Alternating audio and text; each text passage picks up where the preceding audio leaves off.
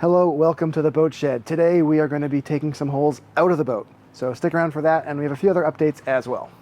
For the last few weeks we've been really busy grinding away on these bulwarks, digging in, drilling, chainsawing out all this debris, and it's going really well. I've made a lot of progress down the boat kind of off camera. Now we're going to get back and check that out in this video, show you how that's going, but before we do I want to take a look over here. This is one of Antidote's original bronze through hulls.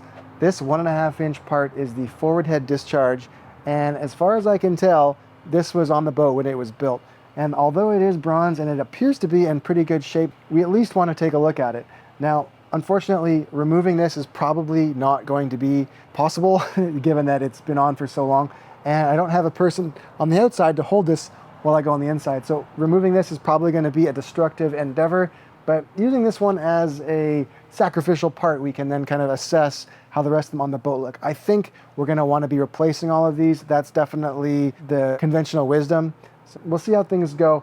Let's go inside, take a look at what we have on the other side of the boat, but we're going to try and get this thing removed right now, and I cannot wait to see how thick this hull is.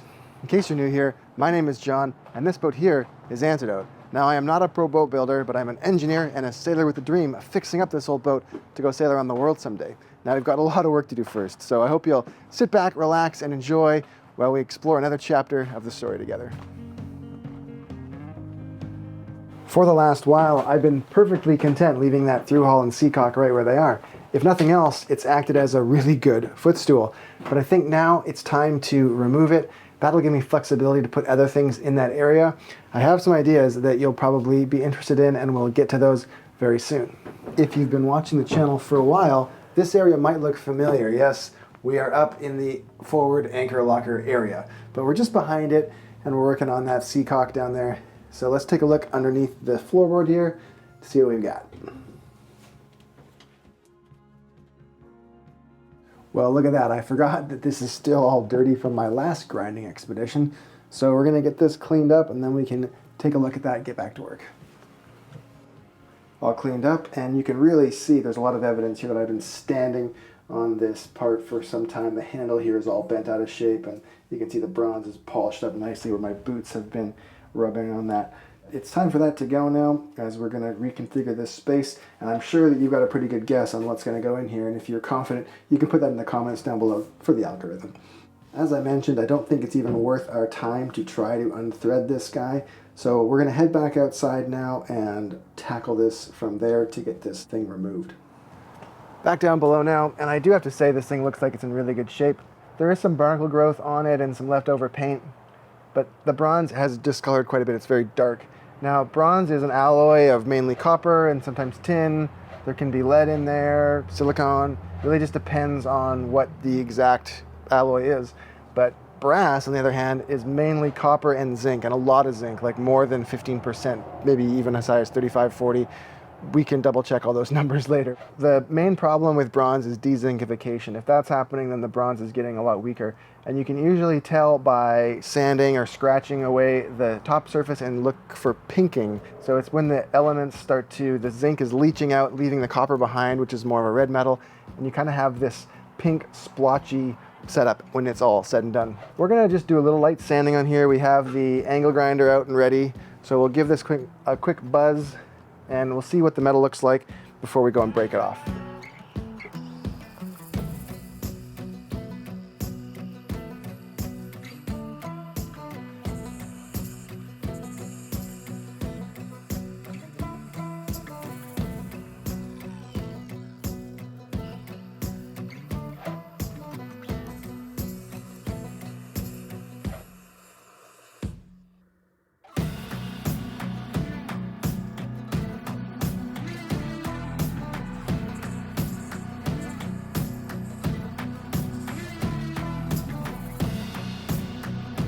Grinding off the surface of this bronze fitting, and I have to say this looks like it's in really good shape. All one nice uniform color, the color I would expect from a sanded bronze part that hasn't been in the salt water yet. And yeah, it looks like it's in good shape. Unfortunately, it's attached to a Seacock that is way overdue. It's totally frozen up. It's time to come out, even though this has survived really well. So +1 for bronze, which on this boat actually seems to be pretty high quality, at least so far. Now you can see a couple of little reliefs here. That's for putting a tool in to to remove this or just to hold it still while you install it. I don't have anything to accept that handy. As I've said, unthreading this, really not practical, probably at this stage of life. What we sometimes see is people grinding off the inside until you get to the thread part, and then the mushroom will just sort of fall off. So that's one way we could do this. I want to try something a little different. I have this modified hole saw tool, and it's actually 2 hole saws in one. And this started life as the inner hole saw is just a small guy that actually fits really nicely inside that opening. And then the one on the outside is what I'm expecting for the outer threads on an 1¼ through hole fitting. And so by buzzing this through, this will kind of hold it still, and then the cutters should hopefully remove just to the outside threads. And then I don't expect this to fall off because it's probably glued on, but once we start to see a gap on the inside, we'll pry it off and hopefully it'll all come apart. I had to get a little bit creative putting this together, so the bit is actually running backwards, and then I'm using the set screw on the larger hole saw to hold that all together. And we'll see. It's kind of goofy, but it's a fun little experiment. We'll see if it works.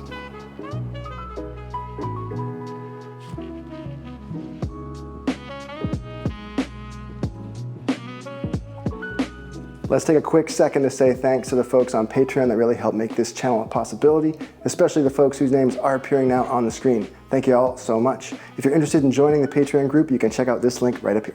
Back to the video.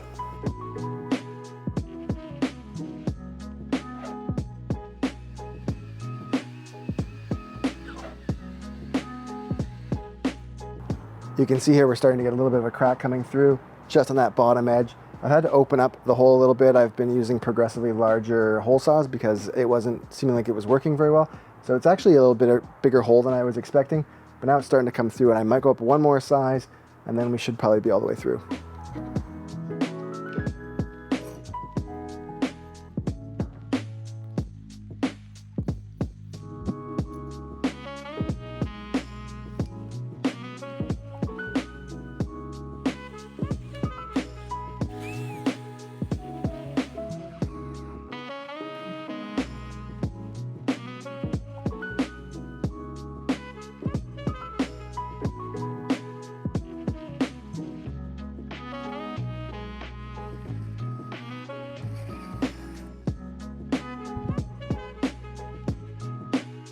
Well, there we go. So we've got that part off, and it came up pretty clean. There's really nothing to it. It looks like it's still in pretty good shape, honestly. And speaking of good shape, there's really no damage to the hull, so that is a big plus. So in the end, the double hole saw, the hole saw inside of a hole saw, worked pretty well. I'm happy with it. I don't see that out there a lot. I'm sure that there's guys out there that do it, and I'm happy with that. If not just because it makes large, heavy dust particles, because I'm very certain that this probably has some lead in it. So I'm happy to have the dust on the ground captured, not fine mist floating around the shop if I use the grinder. So I think in the end, that's good. So we'll go inside now and try and get the rest of that off, which I expect is going to be heavily glued in place. So we'll see if we can pop it and hammer it and twist it and try and pull it off. Let's go take a look. Before we do that, I remembered that I have these leftover lead test strips, and I thought it might be interesting to see if I can pick up any lead from that pile of bronze dust down there, instead of just relying on my very confident statement earlier that there's probably maybe lead in there. So let's go see what we can find.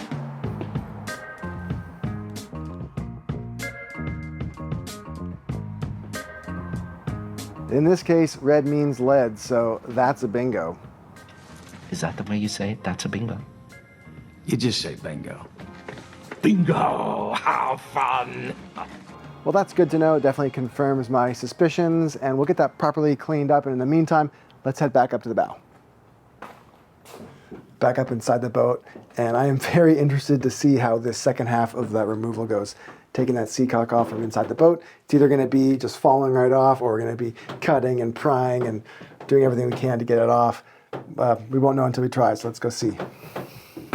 So obviously it's completely glued on, as we can see here, real thick layer of glue. So initial test, oh, it's potentially coming off. Kind of wiggling it in this circle.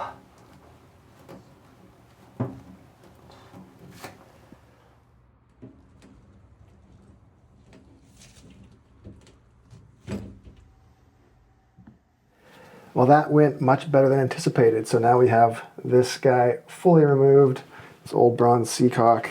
And again, it looks okay. I mean, the valve is completely frozen shut, so it had basically failed. But we're gonna bring this down to the bench, take a look at it, because I'm interested. Maybe you've already noticed something peculiar about this particular unit, and that is that it was never bonded. So we have the screw here for the bonding system, never hooked up. Now, I believe the rest of the Seacocks are hooked up to a bonding system and a sacrificial zinc on the bottom of the boat. There's lots of controversy over if it's appropriate to bond or not bond bronze Seacocks, and you'll probably find people with very strong opinions on both sides. It might be interesting for us to remove another one of these Seacocks that was bonded to see if there's an obvious difference in condition, because the mushroom fitting looked good, but we'll see what the rest of the valve looks like. Who knows? But anyway, there's a ton of gookum-pucky, hardened up, adhesive, whatever the heck it is down there. Let's get that scraped off, cleaned up. I want to assess how thick the hull is there. It looks a little thinner than I was expecting, if I'm really honest, but we'll get it measured up and see. I'm sure it's still plenty strong. Before we pull this off, any bets on how thick the hull actually is down there? I know it'll be hard for me to know if you guessed before or after the reveal, so we're just gonna have to use the honor system. But put those down below.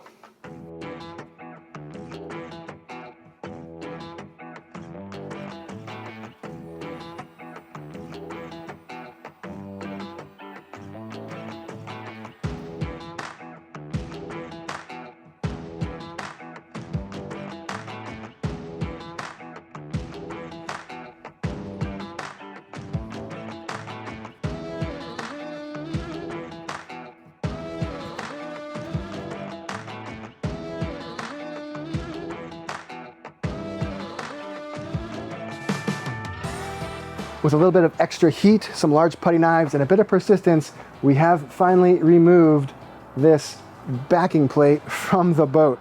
Now this ends up being about a 1/4 inch thick piece of mastic or polyurethane glue, something like that. Anyway, it's not what I would consider a proper backing plate for a large Seacock like this 1.25" Seacock. So when we go to put this back in the boat, we're going to use a piece of G10, something to properly distribute load to the hull from the Seacock if you're stepping on this, like I have been for quite a long time. So this is no good, gotta go in the trash. Now you're probably wondering, like I am, how thick is that hull actually? The answer is, I don't know. Let's go find out together. Last chance to place your bets for how thick you think the hull is here. See if we can wiggle that guy in there. And we have 720 odd thousandths of an inch, so just shy of 3/4 of an inch thick.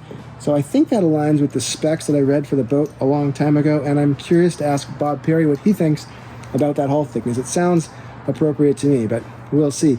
So we're gonna go inside and take a look at those Seacocks, but before we do, I thought we would take a look at how things are going on that bulwark.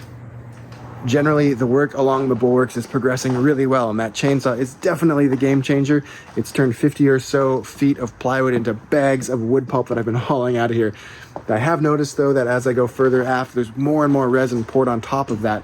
So it's a lot of work to crack into that, dig that out, and get exposed to the wood. Now, as I'm going back, the chain plates and the stanchion bases also present challenges as I have to navigate around those, dig them out.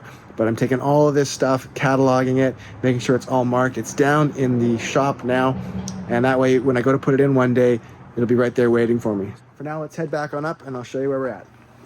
We've managed to get all the way back from the bow of the boat down to here. This is where the cockpit is, so we're about 3/4 of the way down the side of the boat, and now we've been opening up both slots since a little ahead of midships. We aren't quite halfway, but we've got a lot of this work done.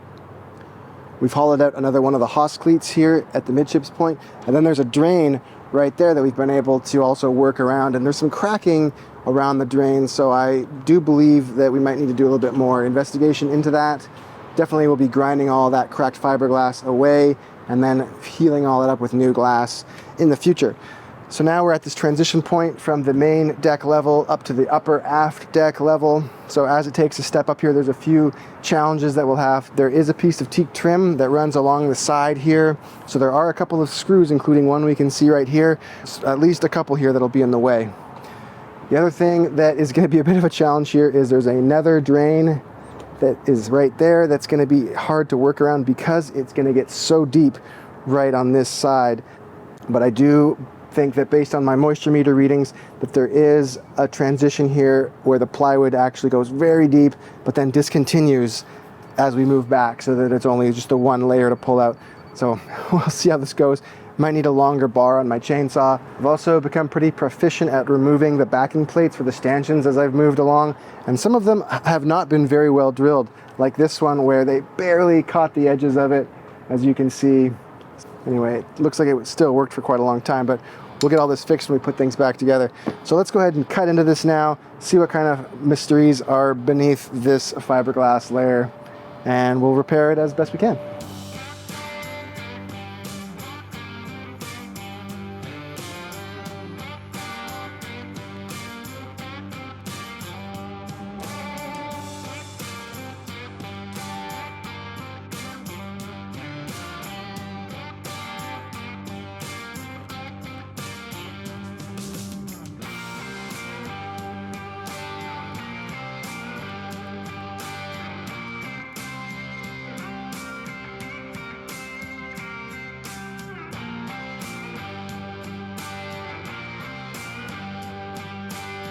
With this section now open, the transition from the main deck up to the upper aft deck, we see some steps of different plywood here, and it was a bit of a challenge to hog out all of that resin in there because they poured a lot of resin to fill up that gap, and you can kind of see here where that would have gone, and I've got a bucket now full of it.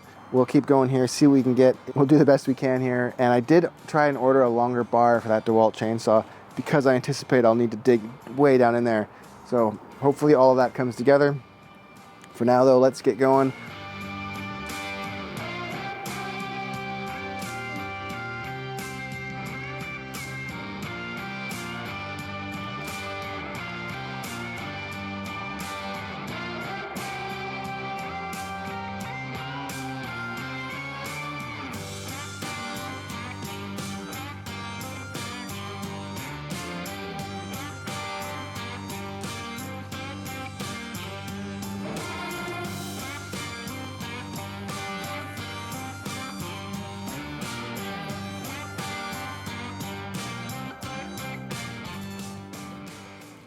Been able to get all the way back past up onto the upper deck here, and this section is actually a little different than what's forward. There's a lot less material in here, so it's hopefully going to go a lot easier than the forward section. Oh man, I really shouldn't have said that, but here we go. I have 3 more stanchion bases to take out, 1 more chain plate to buzz around, and then this whole side will be done except for 1 little inner channel which we'll catch up on later, but it's looking really good. Getting around this other drain was a bit of an issue, and the fiberglass is quite thin, and the chainsaw did a really good job of cutting it out.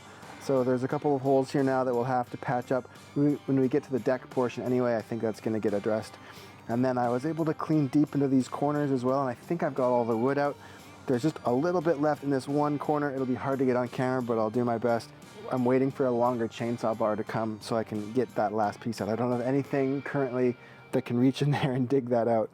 Yeah, and as we go back, I did punch through a section here where I thought there might be more plywood below, but as I drilled down, I actually exposed some sort of inner cavity, and I can't quite see what's in there. Perhaps we'll look at it from the other side eventually, but I think I'm good to patch this up now.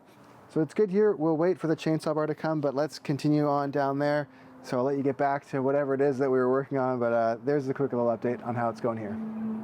Breaking news update. I did get in my longer chainsaw bar, so this mounted up really nice and clean, and although the saw says 12-inch maximum, since we're not cutting a full length here, we're just trying to use the very tip to dig something out. I think we're going to be just fine. We're not cutting down a 16-inch wide oak tree here, so let's see how this thing performs. Oh yeah. Quickly before we dig in, I'd love to ask you to hit that like button for me as we gear up to dig out that last bit of plywood. And you'd think I would get sick of asking for that, but it really does help with the algorithm and moving this video along, and I appreciate it so much, so thank you. Let's do this.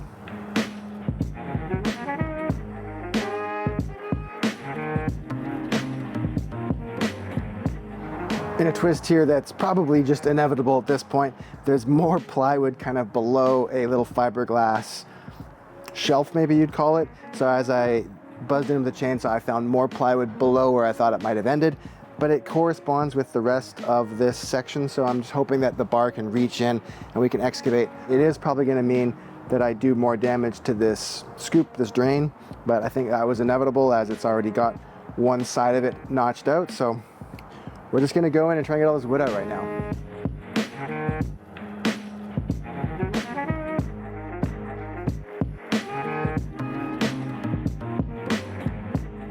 And what I guess I would describe as a twist of good luck, we've actually been able to get all that wood out. So the long bar on the chainsaw did an awesome job cutting all the way down. I was able to tip it way in there and hog that out. And I actually managed to not hit that second drain. There's just the smallest amount of plywood in that one corner. So my chisels are too short to get in there, and hopefully we'll be able to dig that out with something else.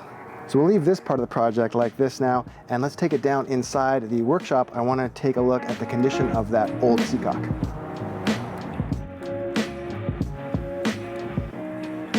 Welcome back to the workshop. I wanted to take a second to show you what we found here with this first Seacock. So overall impressions are this thing looks like it's in pretty good shape. And of course the handle had completely frozen like we acknowledged, and we'll show you why that probably is in a second. But a couple things here that I think are interesting. The metal on the skin fitting where we ground it off, cut it off, and here on this exposed end, and everywhere I can see, looks like it's in great shape. So I think that the bronze was holding up really nicely there. Same thing with the outlet side here. This is a tapered thread that was almost impossible to remove, and as I was doing so, I really ended up squishing the fitting. So this is definitely at the end of its service life. The fact that it deformed though and didn't break sort of tells me that it was probably still in pretty good shape, because if the bronze had fully de-zincified, it would have probably fractured. So pretty cool. Oh, as I'm saying that, I do see one little fracture right there starting. There's a little pink inside too, so maybe that's starting to fail. Getting to the body of the valve itself, and it's got the green on it, but overall the bronze looks like it's in pretty good shape. We see some scratches, some striations here on the Teflon bearing, and that's probably no surprise because the ball is in pretty rough shape. That's the best part there. That's the part that was underneath the seal on the other side. The drive pin you see here has a piece of bronze or brass captured in it that's broken off, brittle failure. And there's some pitting here and some discoloration. So this is either chrome-plated bronze or chrome-plated brass. I'm not sure because I don't know who made this Seacock, but some manufacturers use solid 316 stainless or plastic even.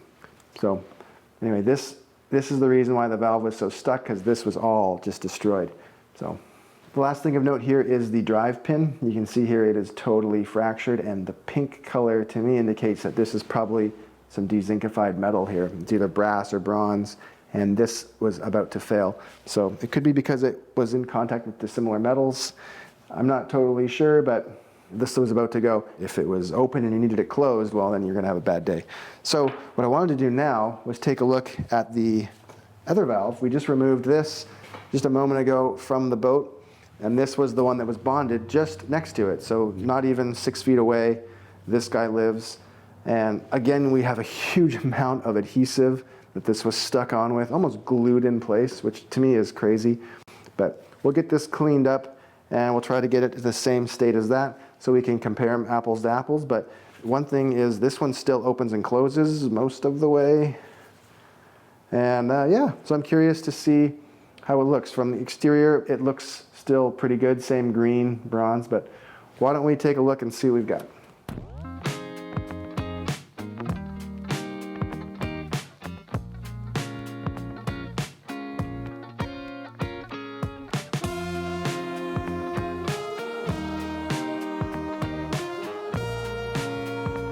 The second bonded Seacock is now completely disassembled, and I'd love to share with you some of the differences that I noted. So first of all, it came apart much easier than the first one overall. The threads on the inside released quite easily for the mushroom skin fitting, as well as the tailpiece. I still needed a lot of heat to break off the main body here, and so, well, it's actually still kind of warm.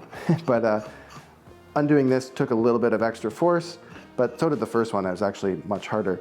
And there are not too many scratches here on this guy. It's a little better shape than the first. The big difference here is the ball well, maybe it's not much of a difference at all. The ball on this one is pretty rough. So that was the area that on the other one still had good chrome, and you can see it's completely worn off. It's just overall in pretty rough shape. The biggest difference is here in the pins, or whatever you want to call this, the little drive wedge that goes in there. So this is on the one we just took apart, and you can see there it's pretty well formed still. There's even a little bit of clean bronze there. On the original we see here, it is really rough. So is that a case for bonding the Seacock? Perhaps. It's something that you definitely want to think about. It's a system that if it's done, you need it done properly. Otherwise it can cause a lot more problems than it's worth. So it's something that I'm going to be thinking about. As I was getting set up here, I noticed the old porta bandsaw, and I thought, hey man, it might be interesting to cut one of these things in half and get a section we can really see what's inside there. So if that's interesting to you, why don't you let me know in the comments down below if we should cut one of these things in half, one of these videos. I think it could be pretty neat. Now, I do want to give you all an update about the camera situation. We had my main camera go down last week, and that was a real bummer. But I've been trying to work around it while we make this episode. And just yesterday, a package arrived, and there's a viewer that watches the videos and got in contact and said, hey, we'd love to send you an used camera that we're not using if it'll help you out. And I said, wow, thank you, that's amazing. So they'd like to stay anonymous, which I think is totally fine. But I just want to say thank you for sending that camera. It is a huge help. It's what's filming my beautiful face right now. So I hope you're all appreciating that. And with that, we're going to wrap the video up. So if you are new to the channel and you'd like to subscribe, well, first of all, why don't you watch this playlist right here? That's got all of our videos from the start. Great way to catch up. And then you can subscribe. That button is there, and then you'll get lots more of our videos and great content coming your way. So see y'all next time. Show you how that's going. But before we do, I want to take a look over here. There.